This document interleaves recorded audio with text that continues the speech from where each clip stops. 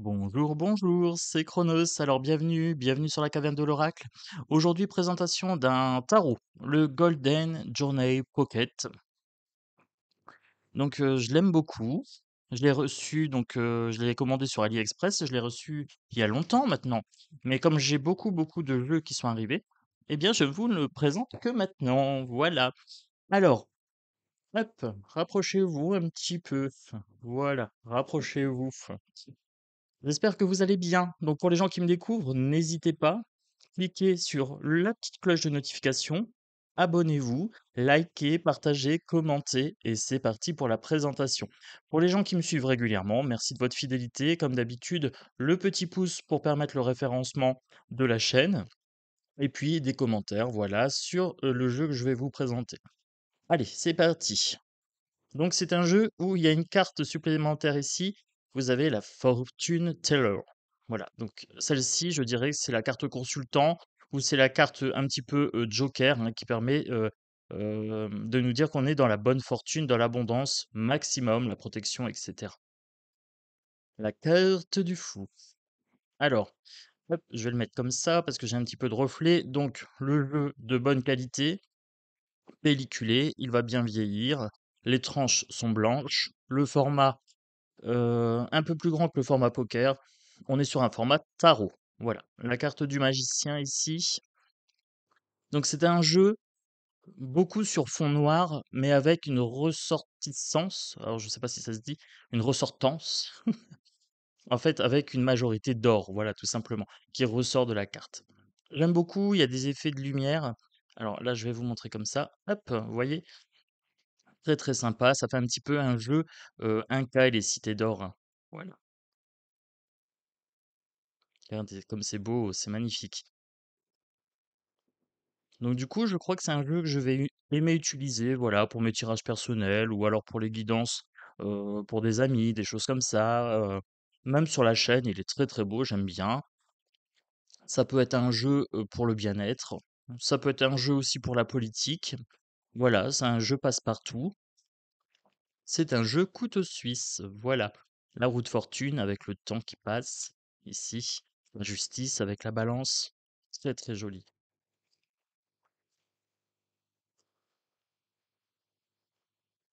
La carte de la mort avec le squelette. Là, on a toujours ces petites fleurs couleur or ici, hein. La tempérance. Le démon. J'aime beaucoup ce démon-là. Il a des chaînes autour de lui, mais il est assis en méditation comme s'il était dans une sorte de brume. J'aime bien. Voilà, ça change un petit peu de l'image traditionnelle où il y a deux personnes enchaînées l'une à l'autre. Après, quand on connaît bien le tarot, il n'y a pas de souci d'interprétation. Ici, avec la carte de la tour, vraiment magnifique, hein, cet éclair ici, bing, qui tape. Hop, la carte de l'étoile avec une fleur d'or, hein, une fleur de fée, on dirait. Hop, la carte de la lune avec les deux loups ici en bas. Le soleil avec le cheval. On n'a pas l'enfant au-dessus, mais on a bien la représentation du cheval. On a la carte du jugement ici. Donc là, on pourrait dire qu'on a les portes du paradis et on a les âmes qui attendent leur jugement ici. Il y a un côté assez angélique. La carte du monde. Alors ici, on a une sorte de monde rond. Et on a la planète aussi qui est plate. Est-ce que ça pourrait être Atlante? Voilà, on peut laisser partir l'imagination ici, hein. On passe sur la famille des bâtons, tout ce qui est de l'ordre de la créativité. On regarde au loin, on se met à voyager, on se retrouve chez soi, au foyer, on lutte, on défend sa position, on sort victorieux. 7 de bâton, on peut se faire attaquer ici. C'est comme si on était pris au piège parmi des braises incandescentes ici, hein. 8 de bâton, mouvement. On a ici une comète. Trop chou celle-ci, j'adore. 9 de bâton, avec le petit panda. Très, très belle. 10 de bâton, la surcharge de travail. Là, on a une fourmi qui porte quelque chose de lourd. Le page, le chevalier. Est-ce que c'est un loup? Est-ce que c'est un ours? On ne sait pas trop, c'est entre les deux. C'est des créatures imaginaires ici. La reine et le roi. Magnifique, j'adore. On a une sorte de tigre couronné, comme s'il était roi à la place du lion, hein. Voilà. Et vous savez que mon animal totem en ce moment, c'est un tigre, voilà, qui me permet de faire preuve de force, qui me permet aussi d'avoir cette luminosité, hein. Donc là, j'ai mon animal totem, j'adore, voilà. Une de mes cartes préférées, celle-ci.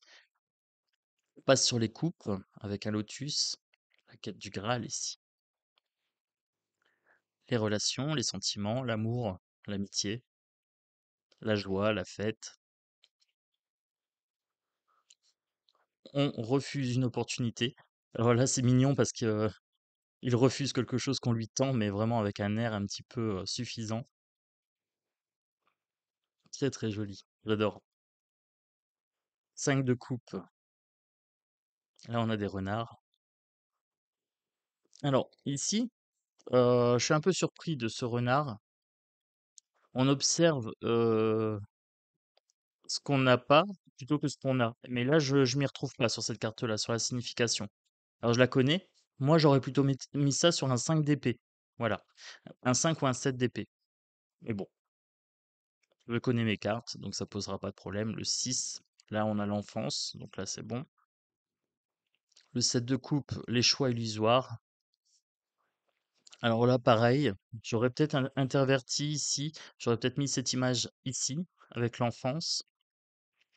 Là, je retrouve pas forcément mon choix illusoire, voilà, vaguement.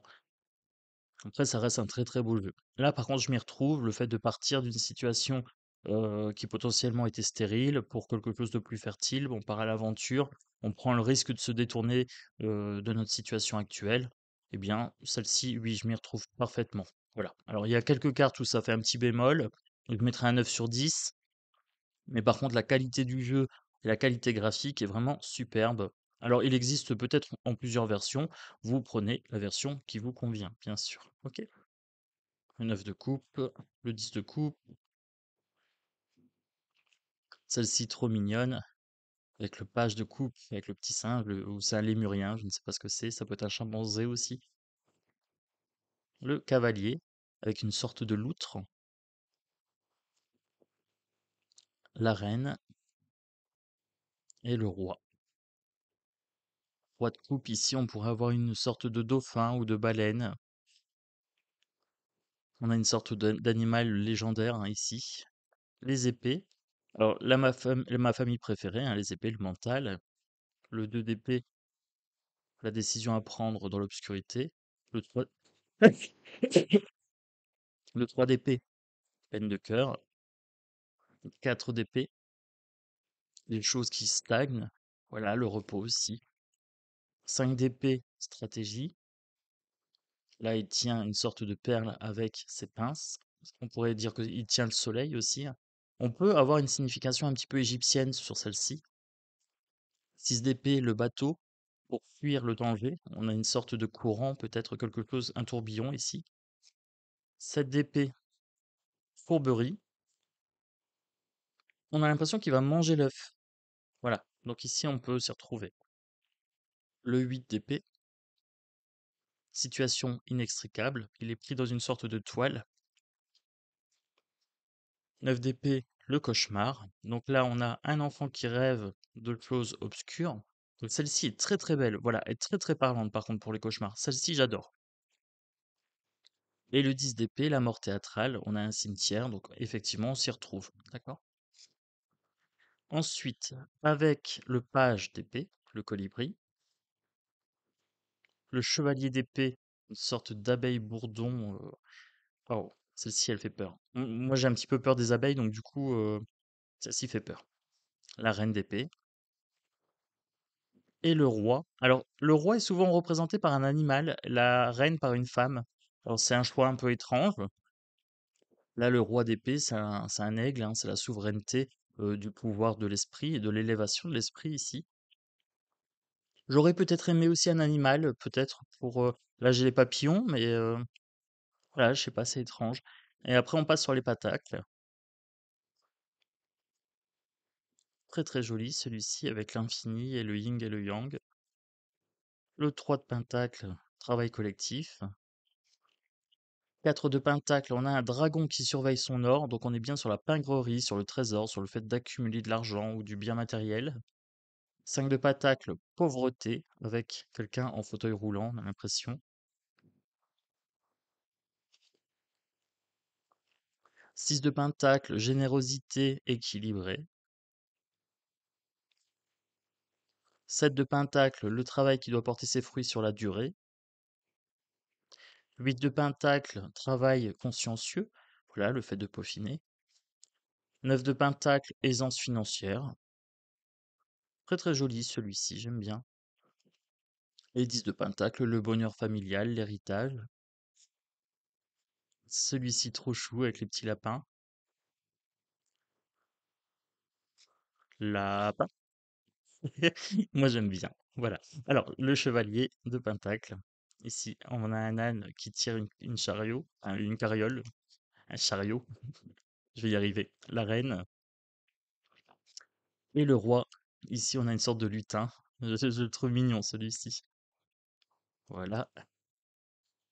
Et on a encore 2 cartes supplémentaires. Donc on avait 3 cartes supplémentaires. Donc 78 et 3, ça nous fait 81 cartes. Là, on a une sorte de Ganesh, Blessing of Ganesha. Ah bah c'est ça, c'est un Ganesh, hein.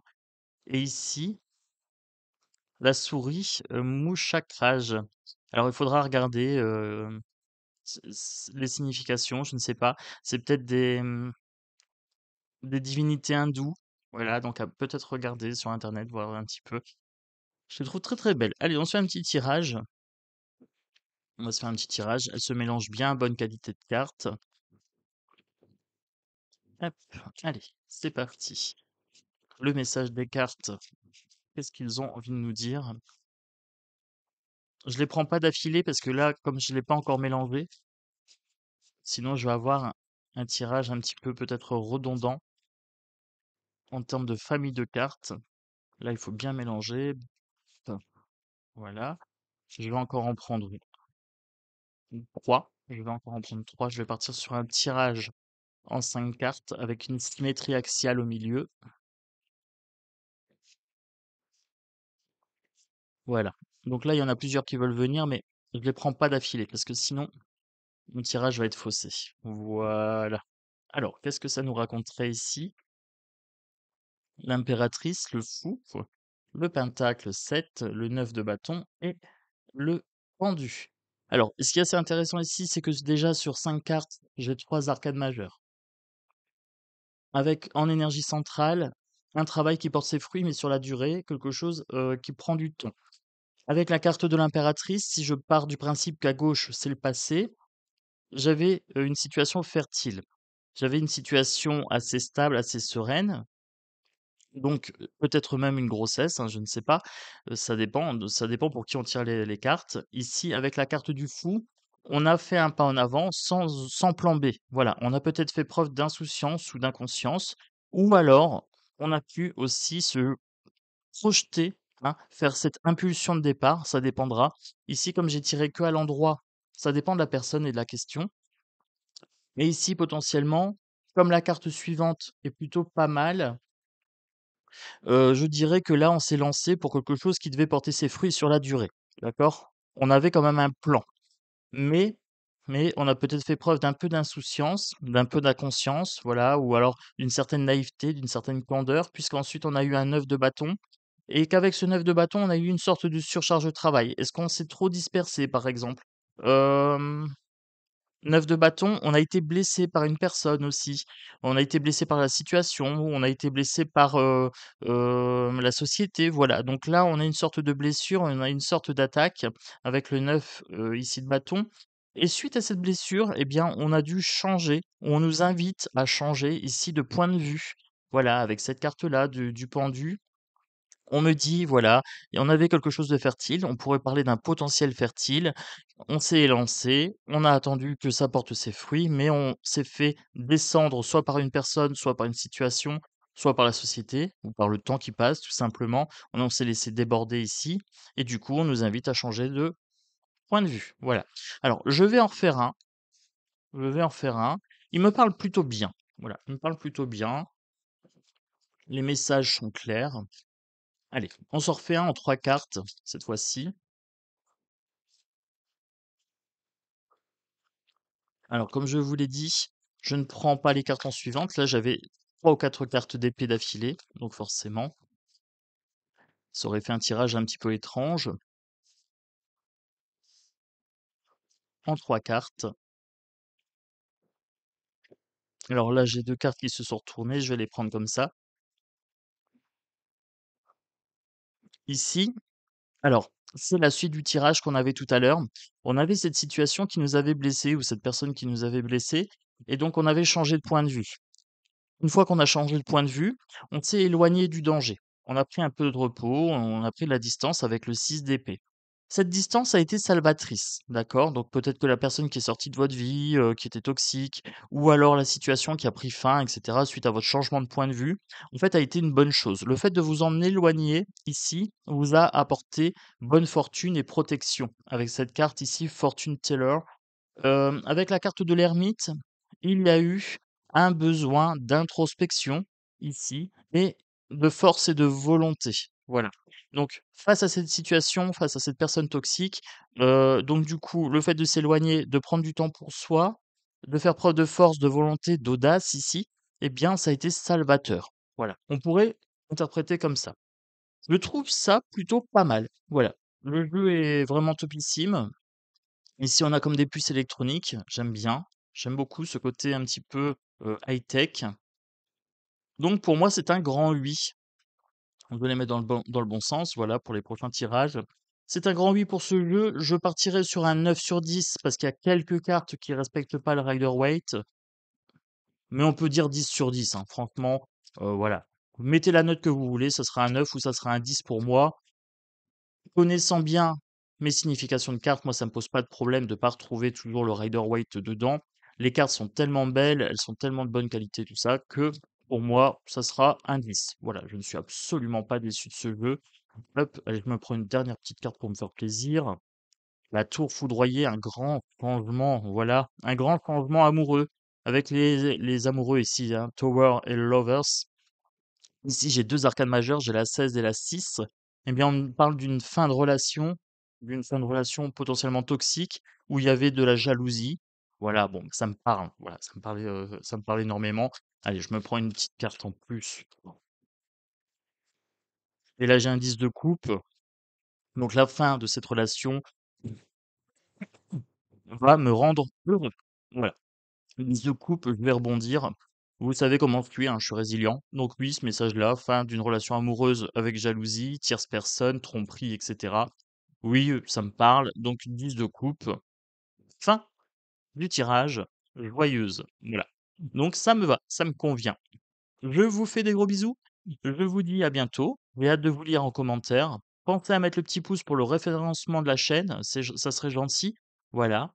Je vous embrasse fort et je vous présente très bientôt un autre jeu, une autre pite. Voilà. Allez, ciao ciao et belle journée à tous.